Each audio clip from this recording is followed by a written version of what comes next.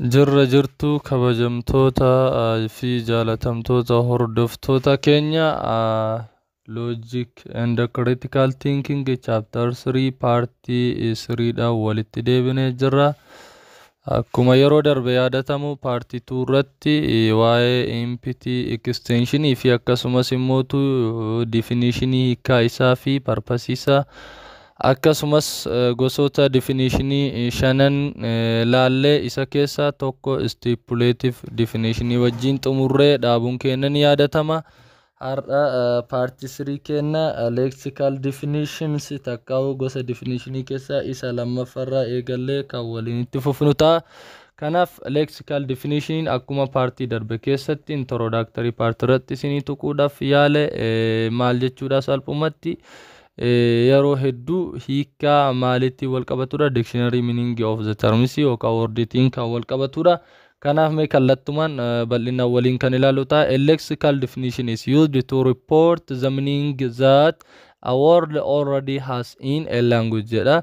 Kanaafu lexical definitionin kun kan gabaasudha, kan gabaasuuf fayyadudha, takka ibsuuf fayyadudha. Maal hiika jechi tokko already takka mootu completely afaan keessatti qabu ibsuuf takka gabaasuuf kan fayyadu lexical definition dha. Kanaafu gosa definitionii shanan keessa kan hiika afaan keessatti jechi tokko takka termin tokko qabu ibsuuf fayyadu lexical definition akka ta'e hin dagatina jechuu barbaade. Akkasumas immootu all dictionaries definitions are all the best examples of what lexical definition. So the best examples of lexical definition is dictionary definition jenneni bira taruu dandeenya. Hiikaan dictionary takka immootu kitaaba Oxford haa ta'u dictionaroota Elemos haa ta'u kan biroos irraa argannu jecha tokkoof barbaannu suni definitionii jechi kamuu takka termin kamuu afaan keessatti qabudha. Kanaafu lexical definitionii jedhama jechuudha. The purpose of lexical definition kaayyoon takka faayidaan lexical definitionii kuni maali jedha tokkoffaa to eliminate ambiguity. Ambiguity takka humootu wal fakkeenya takka hiika lamaa fi lamaa ol jechi tokko qabaatu dhabamsiisuuf jedha. That would what arise over the improper use of word to its context jedha. Improper use of word takka haala malee fayyadaminsa takkaahu fayyadaminsa garmalee jecha tokko kontekstii keessatti fayyadamuu san maal godha dhabamsiisa. Kanaafu ambiguity jechuun maal jechuudha? The improper use of word to its context jechuudha. Proper osoo hin taane improper use karaa maleen jecha tokko kontekstii isaatti fayyadamuu yookaan ambiguity jedhamu kana eliminate takka avoid gochuudhaaf gosa definitionii shanan keessa kan baay'ee nu fayyadu kami lexical definition jennani. Kana jechuun kana qofaaf fayyada, kan biraa hin fayyadu jechuu kenna osoo hin taane kan biroos ni jira. Kanaafuu lexical definition illeen ambiguity takka improper of the word to its context kana dhabamsiisuuf yookaan hambisuuf illee nu fayyada jechuudha. Kanaaf a word is ambiguous if it has what more than one meaning. Jechi tokko ambiguous jedhamuudhaaf takka'u ambiguous kan jedhamu yoo maal ta'edha yoo inni meaningii tokko ol kontekstii gara garaa keessatti kan qabaatu ta'e wanta sanii maal jennani ambiguous jennaan jechuudha. Jechoota tokko tokko jira kan haala galumsaa isa irratti hundaa'e hiikaa gara garaa hiikaa tokko lamaa fi sanaa ol qabutu jira. Jechoota akkasii saniin ambiguous word jennani. Kanaafuu one of the purpose or use of lexical definition is to avoid such ambiguity dha jechuudha. Ambiguity akkana kana hambisuuf lexical definition nu fayyada jechuudha. Fakkeenyaaf dictionary itti naqxee love yoo itti naqxu taate kallattumaan dictionary irraa hiika natti argattu affection dha. Takka mootuyyuu maalidha hawwii yookaan jaalala ta'a waan ta'eef kanaafuyyuu dictionary definition takka lexical definition jechoota ambiguous ta'an kan hiika lamaa fi sanaa ol haala galumsa hima yookaan jecha keessatti galaniin isaan qaban san xiqqeessa jechuudha. Nurra some words that are subject to ambiguous jechoonni armaan gadii jechoota ambiguous jedhamuudhaan beekamanidha. Fakkeenyaaf light, banky, sound, right, race, muddy, diffuse, humanity fi kanneen kana fakkaatan jechoota maalidha hiika hedduu takka hiika heddummatanidha. Fakkeenyaaf jecha right jedhu kana kallattii tokkoon fakkeenyaaf you have a right to ask the question yoo kan jennu taate maayinni raayitiin kun ama maayinni mirga bakka bu'ee jechuu kileemii takka'u kileem yookaan paaworii namni tokko qabu garsiisa. Garuu fakkeenyaaf hima biraa keessatti yoo akkana jennu kan taatu taate you get the answer, you are right, you get the answer yoo kan jennu taate correctii bakka bu'aa jechuudha. Kanaafuu jechi kun haala galumsaa irratti hundaa'ee hiika hedduudha, takka hiika lamaaf sana ol waan qabu jechoonni akkanaa kun ambiguous jedhama. Light illeen akkasuma, lightiin hiikaan kallattii nuti beeknu ifaa ta'uu danda'a, garuu mootu kallattii birootiin immootu maal ta'uu danda'a, brightness takka ummootu fuuldurri nama tokko bal'inna ta'uu, takka ummootu rakkinni akka hin jirres ni garsiisa jechuudha. Kanaaf light can mean light in weight or radiant energy jedha. Light kan yoo kan fudhannu taate yoo maal ta'uu danda'a jedha, weight keessatti light dha wanti tokko kan jennu taate weight xiqqaa qaba, haphiidha, takka soft dha jechuu dandeenya kallattii biraatiin. Kallattii biraatiin immoo radiant in energy jechuu ni dandeenya, kallattii biraatiin torch jechuu ni dandeenya. Kanaafuu hiika hedduu qaba jechuudha haala galumsaa irratti hundaa'e. Baankiinis akkasuma mean a financial institution dha. Kallattii tokkoon baankiin kanuma beeknu maallaqa irraa baafannu kana. Kallattii biraatiin immoo edge of the rivers, maddii maalii haraa takka humootu laga, maddiin hara yookaan lagaa maal jedhamee beekama, river jechuun maalidha, laga waan ta'eef afaan lagaa takka maddii lagaa sunis baankii jedhama. Akkasumas institutional financialin iddoon maallaqni dhaabbanni maallaqni itti kuufamullee maal jedhama, baankii jedhama. Kanaafuu jechuun akkanaa kun ambiguous word dha, qormaata irratti sin gaafatuu danda'a. Among the following which one can be the example of ambiguous word yoo jedhee nu gaafate jechoota arma olitti dudubbanne kana ta'a. Akkasumas immoo jechoonni tokko tokko vague dha. Lala ambiguous idhaan maal jenne, the word or the term which have one or more than one meaning jenneen.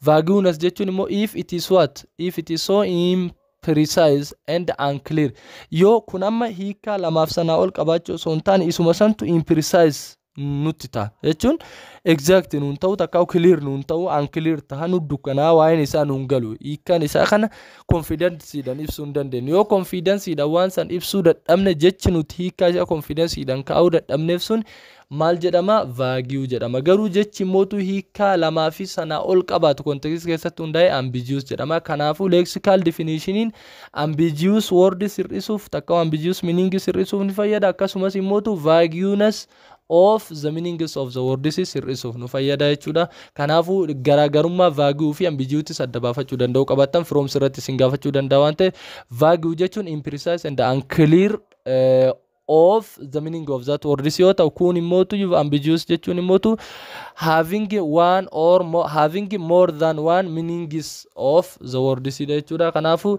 that is what it is impossible to tell about the applicability of the word. Applicability takka mijaa'insa hiikaa jecha sanii himuu hin dandeenyu jechuun vagueness ta'e.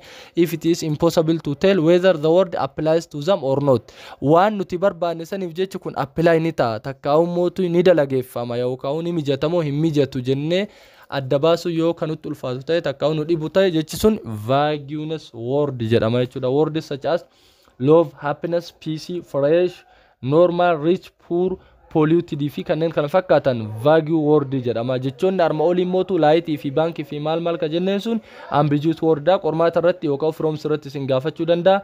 From a jalatti ambiguous word kaa'ee akkasumas immoo vague word kaa'ee filannoo from baa jalatti immoo love kaa'ee baankii kaa'uu danda'a. Baankiin ambiguous yoo ta'u, loovin immoo maal ta'a, vagueness word ta'a. Haala kanaan adda baafachuu danda'u qabaattan hima keessattis adda baafachuu danda'u qabaanna jechuudha. Kanaafuu kaayyoo lexical definition word vague ta'ee fi word ambiguous ta'e illee maal gochuuf eliminate gochuuf fayyada. It is difficult to draw a line or boundary between things to which those words apply or do not apply. Vagueness wording kun nutti ulfaataadha. Line takka boundary daangaa waan inni irratti apply ta'uu fi irratti apply hin taane adda baasu yoo kan nutti ulfaatu jechi sun vagueness word jechuudha. We cannot tell with any degree of precision who rich is or how we can count it as rich. Amma jecha rich jedhu kanaaf eenyutu akka rich ta'ee fi akkasumas immoo richiin kun akkamitti akka lakkaa'amuu danda'u digirii precisionii ittiin adda baafnu tokko illee hin qabnu jechuudha. Waan exact ta'e takka ragaa adda baasnu hin qabnu. Kanaafuu jechi kunillee jechi rich jedhuu fi jechi poor jedhu love jedhuu fi wantoonni kanaaf kana fakkaatan jechuun arma olitti isinitti gahuun vagueness word jechuudha. Haala kanaan adda baasuu danda'u qabaanna. Kanaaf rakkinni amma vagueness dhufe kana kan caalaa jechuudha. lexical chala lexical illeen adda baasaa lexical chala kan adda baasu fayyadama maaltaa definition isa ittaanu isa sadaffaa caarra jiru kan precising definition jedhamu kanaadha jechuudha. A precising definition provides a more precise, specific, exact and restricting meanings to a term jedha. Laala precising definition kun amma vagueness irratti xiyyeeffata. Lexicalin kallattiidhaan ambiguous xiyyeeffata. Maal caalaa vague caalaa garuu lachirrattuu ni xiyyeeffata. Lamaan keessaa garuu ambiguous avoid gochuu irratti xiyyeeffata. Kun garuu precising immoo maalin maal caalaa maali ambiguity caalaa maal irratti xiyyeeffata? Vagueness of the words eliminate gochuu irratti xiyyeeffata precising. Akkam godha jennaan more precise takkaa'u baay'ee murtaa'aa ta'e akkasumas immoo specific yookaan particular ta'e exact kan ta'e akkasumas kan daangeffame termii tokkoof haala galumsa isaa qofaan hiikaa kennaaf jechuudha. It is used is what to reduce vagueness of the term. Kanaaf laala maal jedhaa kun kaayyoon guddaan isaa vagueness hir'isuuf garuu kaayyoon guddaan lexical definition immoo ambiguity hir'isuuf jechuudha. Kanaafuu ambiguity kan hir'isu lexical yoo kan ta'u taate vagueness kan hir'isu immoo precise ta'a jechuudha. For example, the word poor is what? Vague word. Poor if reaching vague word isin jedhe suppose you are what? An administrator of one humanitarian organization went to give a direct financial assistance to the poor. Ati administrator takka'u hoogganaa humanitarian organization namummaa tokkorra hogganta akkasumas immoo warroota hiyyeessaaf direct financial gochuu barbaade gargaarsa finance gochuu barbaade jedha. Kanaafu jechi poor jedhu kana akkamitti ibsitaadha? Ati amma directora kana taate haalli ati ittiin ibsu therefore jedha. Kanaafu we may define poor as what? Poor means a person having a monthly income of what? Less than birth 105. Kanaafu jecha poorii tana amma specify goone takka'u precise goone ibsine jirre exact meaning isaa. Jechi poor jettu osoo kophaa taate nuun galu confuse nu godha vagueness dha. Garuu asitti amma nu galee jira. Hiyyeessa jechuun jedha nama galiin ji'aa isaa qarshii 150 gadi ta'ee jedhee namichi hoogganaa humanitarian organization kun namni hiyyeessa jedhee ni maallaqa gargaarsa kana gochuuf deemu nama galiin isaa meeqa ta'e jechuudha. 150 gadi ta'e galiin ji'aa isaa. Nama biratti garuu hiyyeessi kun maal ta'uu danda'a? Nama galiin ji'aa isaa 1,500 gad ta'e ta'uu danda'a. Garuu akka namicha kanaatti akka humanitarian organization kanaatti hiikaa poorii specify godhee particular exact fi akkasumas restrict godhee maallaqa 150 gad warri galiin ji'aa isaanii ta'ee jedhee ibsee jira. Kanaafuu vagueness jecha poor jettu tana adda nu baasee jira jechuudha. Kanaaf kuni purpose yookaan advantage precising definition used to what? Clarify highly systematic context such as what? Science, mathematics, medicine, law and fi kanneen kana fakkaatan jira. Precising definition kuni kan inni fayyaduuf jedha maal clarify yookaan ibsuuf jedha highly systematic context takka umuutu dhimma systematic ta'e kanneen akka saayinsii kanneen akka herreegaa kanneen akka medicine takka umuutu fayyaa akkasumas immoo seeraa fi kanneen kana fakkaatan maal gochuuf jedha clarify godhee nu ibsuuf fayyadaadha. Fakkeenyaaf mathematics fi akkasumas immoo saayinsii keessa yoo kan seenu ta'e force ta'uu danda'a, energy ta'uu danda'a, acid ta'uu danda'a, element ta'uu danda'a, number, equality fi contract fi wantoonni kana fakkaatan precising definition kennamuufiidhaan warra ibsamanidha. Fakkeenyaaf acid jechuun maal jechuudha? Acid jechuun a substance which have a pH less than what? Less than 7 dha jechuudha. Wanti substance pH isa 7 gadi ta'e hundi maal jedhama? Acid jedhama. Kanaafuu acid jechuun amma nu gale. Garuu acidiin kun gara biraatti yoo kalaallu ta'e nama summaa ta'uu danda'a. Takka nama badaa ta'uu danda'a gama namatti yoo garuu amma inni specify godhee saayinsii chemistry keessatti maal jedhee nu kaan acid jechuun substance pH isa 7 gadi ta'e jedhee maal godhee restrict godhee nuka jechuudha. Haala kanaan ibsama. Precising definition differs from what? Stipulative definition. Stipulative definition ni jalqabarra dabarsinee fi precising wal bira qabnee yoo kalaallu ta'e garaagarummaa qaba. Stipulative definition kun involves a purely arbitrary assignment of what? Meanings jedha. Laala stipulative definition kun purely arbitrary jechuun ka itti yaadamne takka umuutu hiikama mataa ofii ka subjective ta'e arbitrary jechuun subjective jechuudha. Kanaafuu stipulative definition kun maal of keessaa qaba jedha guutumaan guututti purely maal of keessaa qaba subjective assignment of meaning subjectummaadhaan kennamu. Fakkeenyaaf amma ilmoon kormaa qeerransaa fi leencarra dhufte taayigoon jedheen taayigoon isa warruma biologistii waan san qorateetu itti baase malee saayinsistoonni guutuun irratti walii galanii ittiin baasne jechuudha. Isaanuma santu itti baase. Kanaaf maal jedhama arbitrary yookaan takau subjective assessment of meaning kenna meaning subjective ta'e kenna garuu mootu assessment of meaning in a precising definition moto not at all what arbitrary subjective miti jedha malif jennan ka irratti wali galame ka motu specify ta'e kaame jechuudha akka hawaasa naannoo saniitti jechuudha garuu motu shi precising kun stipulative irraa garaagarummaa arbitrary kana yoo kan qabaatu taate lexical irraa hoo maal qabenna lexicalin ka inni garsiisu takau ka inni reduce godhu maal jenne ambiguity garuu precise immoo vagueness reduce godhane garaagarummaan jara kana lama waliin precise link qabu kanaafu care must be taken that the meaning in what precising definition is appropriate and legitimate for what the context kanaafu nuti care takka of eeggannoon godhamuu qaba yeroo kam meaning precise keessatti appropriate legitimate context saniif fakkeenyaaf hiyyeessa hiikuu yoo barbaanne context keessatti hiikuu jiru saniif hiikan nuti hiinersun appropriate tafi legitimate takka mootu fudhatama qaba likkitti context wajji wal qabsiifne laaluu danda'u qabaanna jechu keeriidhaan hiikuu danda'u qabaanna kanaafu disadvantage precise keessa tokko keerii guddaa nurraa eeggata takka mootu uf eeggannoo jabaa nu gaafata context san keessatti waan san specify goone exact goone restrict goone hiikuudhaaf jechuudha kanaafu inni itti aanu mootu theoretical definition da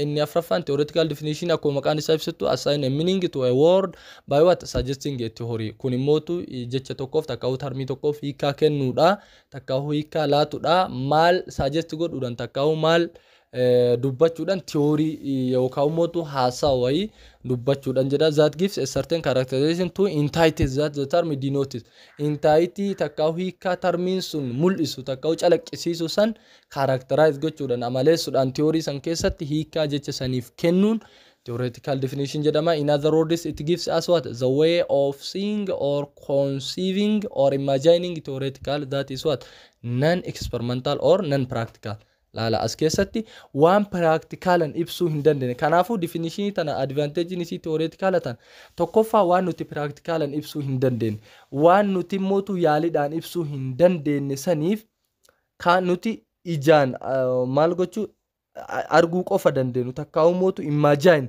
yaadan qofa himuu dandeenu san theory wayii itti uume haasawa san keessatti amala inni qabu san characterize gochuudhaan hiika jecha saniif kennuuf kan nu fayyadu theoretical definition jedhama kanaafu theoretical definition is used to assign a meanings to a word which we cannot what seen practically and experimentally rather than what imagine gochuudhaan male practical fi akkasumas yaaliidhaan kan nuti ibsuu hin dandeenye jecha san agarsiisuu hin dandeenye saniif hiika theory keessatti amala isaa san kan ibsu theoretical jedhama for example jedha there is no any way to see or view what heat except in theoretical amma heat kana theory heat keessatti male takka humootu theory wayi uunu male akka chemistry ittis ta'e akka biology ittis kallatti mo hundaanu theory itti kennu male heat kana imagine uumaan beena male ho akana namni kallattiidhaan practicalan ho akana ijaan arguun jiru garuu maalidha beeka yaadan akka ho'i kun amala qabu ni beeka amala ho'asan imagine beeka isa san ibsuudhaaf mootu theoretical definition fayyadamuu danda'u qabaanna jechuudha akkasumas san qofa miti not all theoretical definition are associated with science jedha kanaafu theoretical definition hundi science waliin maal hin ta'u associate takka'u hidhata hin qabu jechuu kan hin qabnes ni jira many terms in philosophy such as what substance form cause change idea good and mind have what been given theoretical definition one science qofa termi science dan hidata qabu qofa sontane ka theoretically kamu kan afan philosophy termoni philosophy kanen akka substance form cause change idea goody bad mind fi wonon kana fakkatan jechoonni philosophy kunnin ille maalumaan ibsama theoreticallumaan ibsama jechu fakkeenya fama atomi namni theory daan ibsamale daltonin ibsita democratesiin ibsita aristotelin ibsita theory aristotle irratti ka dalton irratti ka mendeleev irratti kaay kana theorota kana fudhachuudhaan ibsita male atomi kallattiin ijaanin argine waan ta'eef ibsuu hin dandeenyu jechu atomi san kanaafu wantoonni akkana kanuti theory dhaan male definition isaa kaa'uu dandeenye kun theoretical definition dhaan ibsamanii jechuudha kanaaf most of the major philosophers in history have what given this terms jedha laal majorin takka'u irra hedduun filosoofaroota seenaa keessatti maal kennaman jedha termi their own peculiar theoretical definition tarmoota isaanii tarmoota philosophy kanneen reef isinii misan wantoota akka substance goodii akkasumas justice fi mindii baddii fi wantoota kana fakkaatan kan theory mataa isaanii itti kennuun hiikaa turanii jedha irra hedduun philosopheroota jecha philosophy jechuun sun ka isaaniitti waan ta'eef philosopheral termi waan ta'eef philosopheral termi san stipulative in osoo hin taane lexical dhaan osoo hin taane akkasumas persuasive fi precise dhaan osoo hin taane theory dhaan hiikaa turanii jechuudha theory mataa isaanii itti baasanii good means the greatest happiness of what the greatest number provided that and what underpinnings for what his utilitarian theory of ethics jedhan lala theory utilitarian of ethics kana itti uumaniti theory kana keessatti gudii maal jedhanii greatest happiness gammachuu guddoo tan warroota hedduuf takka'u namoota black holes isaanii hedduu ta'eef maal taateedha provide taate takka'u kennamteedha jedha kanaafuu haala kanaan gudii takka'u jechi isaanii kana theory kana itti baasuudhaan hiikanii akkasuma substance illee akkasuma just illee akkasuma theory mataa isaanii itti kaa'uudhaan hiikanii wantoonni akkanaa kun philosophical term which can be defined or given the definition by giving the theory jedhamanidha jechoota kana qormaata irratti sin gaafachuu danda'a adda baafachuu danda'uu qabaattan jechuudha inni itti aanu persuasive definition kan jennuudha hiika amansiisoo kan jedhamuudha inni kun immoo kaayyoon isaa the purpose of persuasive definition is what persuading or convincing listener or readers over a certain issue kun amma termii tokko irratti takkaa'u issue tokko irratti yookaan wordii tokko irratti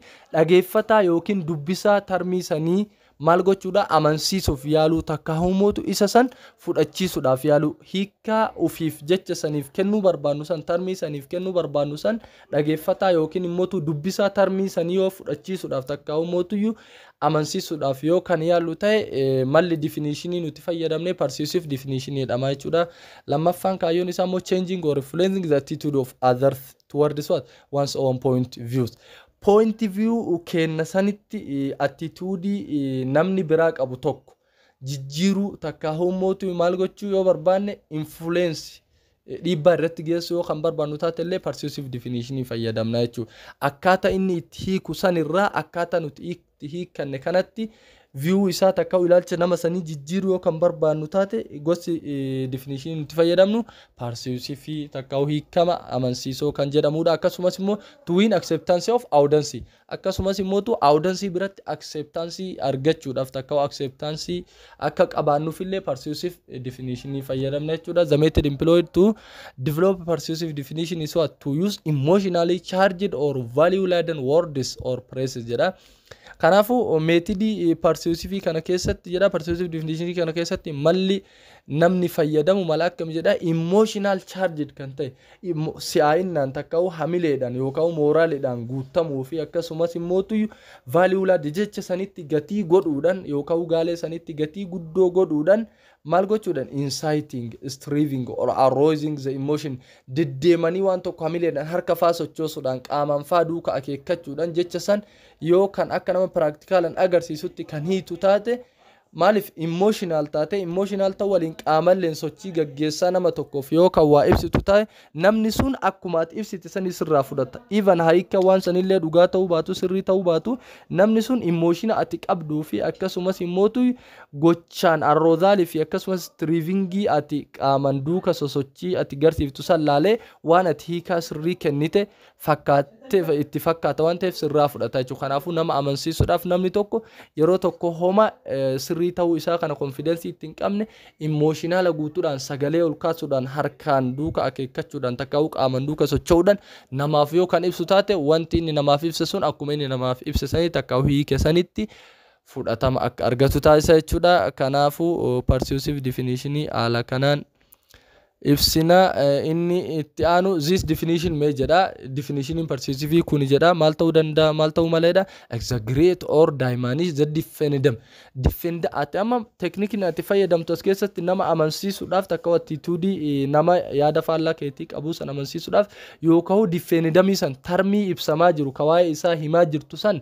exaggerate ol gochuun ta'uu danda'a ol kaasuun ta'uu danda'a yoo mootu namicha biratti mootu inni ol ka'e kan ol ka'u taate moo ati gaxxiqqeessu baasuu barbaadda waan ta'eef kaayyoon kee fudhachiisuu barbaadda tarmii isaa maal goota daa'imaanis goota diffeenidamii san kana jechuun yoo diffeenidamiin suni wanni ati ibsuu deemtu sun nama biratti exaggerate ta'e daa'imaanis goota yoo inni nama biratti mootu daa'imaanis di ta'e kan jiraatu ta'e ati mootu exaggerate goota jechuu keessaan fudhachiisuudhaaf here are the examples of what opposing pairs of what persisting definition jedha kanneen armaan gadii kun peerota persissive definition kana maal godhanii dha oppose godhanii takka faallessanii dha abortion jedha abortion means the ruthless murdering of innocent human beings jedha lala kadura maal jedha abortion jechuun takka mootu ulfa baasu jechuun jedha ruthless murdering of innocent human beings cubbuu guddaa ilmi namaa takka yakkamoonni ilmoo namaa raawwatanii dha ka gadi irratti mootu abortion means a safe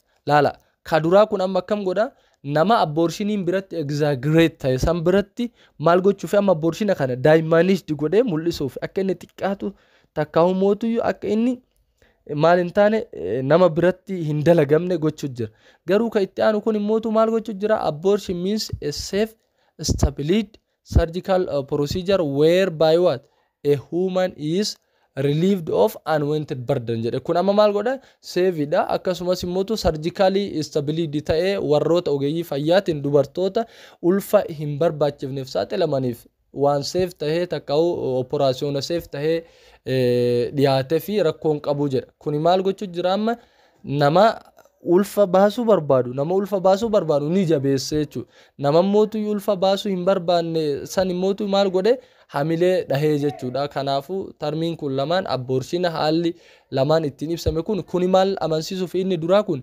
namoota ulfa baasaa jiran akka hin baafne godhee rifachiisudha ka duraa ka lammaffaa mootu namoota ulfa baasuu sodaatanii ulfa hin barbaachifne qabatanii ittiin ta'an akka isaan ulfa baasaniif kakaasee jechuudha kanaafu amansiisudha jechuudha kallattii lechittuu namichi kun aborshinii karaa lamaan kanaan hiikuun amansiisuudhaaf takka persissive gochuudhaaf jechuudha kanaafu yeroo itti aanu paartiin sadaffaan paartiin afraffaan nuti itti walitti deebinu techniques of definitions and their relations with kinds of definitions kan jedhuun kan walitti deebinu ta'a hanga saniif horaa bulaa nagaa nuuf tura galatoomaa isiniin jechuu barbaada